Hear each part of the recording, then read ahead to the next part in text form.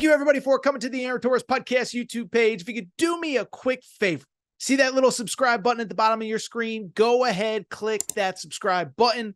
Really does help our channel grow, our audience grow, and I really do appreciate it more than you know. So click that subscribe button. Appreciate your support. Now, here's the video that you came here for. Do very quickly just want to talk about a job opening that I mentioned a few minutes ago. Michigan has let go of Juwan Howard. And this was a very interesting one because a couple things. One, Juwan Howard's obviously a prominent alum. And I really wondered if they were going to get rid of him after the season. I don't think he wanted to be there anymore. I don't think that he's all bent out of shape, that it did not work out. He's got plenty of money in the bank. He will have opportunities in the NBA. But this is just a wild situation to think about, okay? Remember, he takes over for John Beilein. John Beilein leaves the cupboard completely full. Year two, it's funny. I remember in 2021, that was the year after COVID, empty arenas, all that stuff. I was here in Vegas the week before conference championships, and Michigan clinched the Big Ten regular season title at home while I was in Vegas. I was doing some radio stuff, and I bring it up. I remember him on the court. He was crying. He was happy. And it was a great story about what he did for his alma mater. The problem, which became increasingly clear, is that as John Beilein's guys left, the culture eroded. It just did. I mean, that second year, think about it, they had NBA dudes. They had Franz Wagner. They had Chaundi Brown. Isaiah Livers isn't an NBA guy, but Hunter Dickinson. And then as time went on, you could start to see the cracks. You could start to see the problems. And the funny thing is, talent was not one of the problems. Kobe Buffkin was an NBA draft pick last year. Hunter Dickinson was all Big Ten. Juwan's younger son was drafted in the top 10. But there were issues. He had his issue with the Wisconsin coach. There was the issue with the strength and conditioning coach.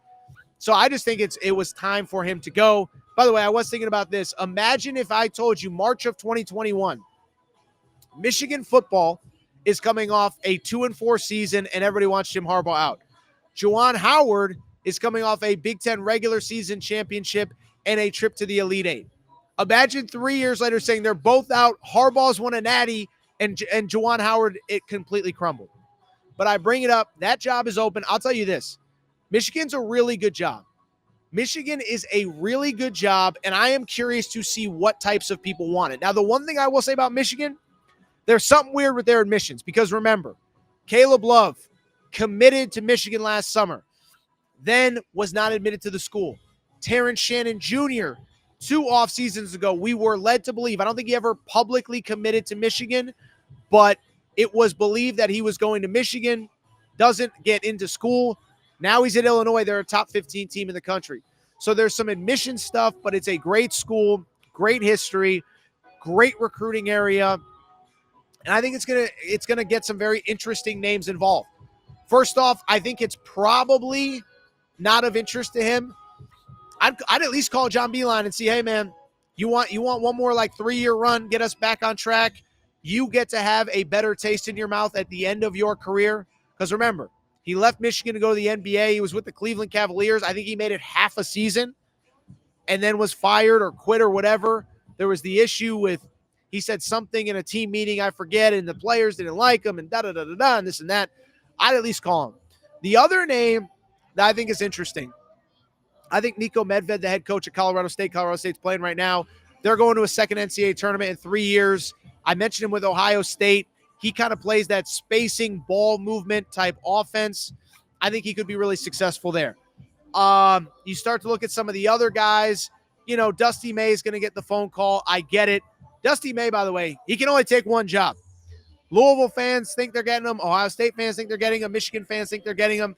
I will be curious with the Michigan and Ohio State jobs open together, which is deemed to be better.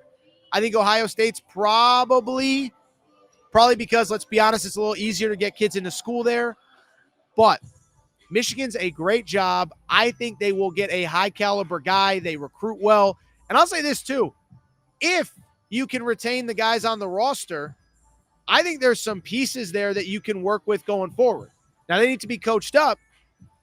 But you look at some of the guys on that team right now. Doug McDaniel, there were obviously some issues. Remember, this was the kid that wasn't traveling because his grades were so bad. He's a very talented player. Terrace Reed is another young guy, I think, with upside. So there is talent in that program. The question becomes who takes that job. I think it makes a ton of sense for Nico Medved, but I think there could be, this is the type of job, I'll say really quickly, this is the type of job that somebody who has a good job that you don't think would be interested, they could make that phone call behind the scenes and say, hey, I know you haven't thought about me, but that's a job that I'd be interested in.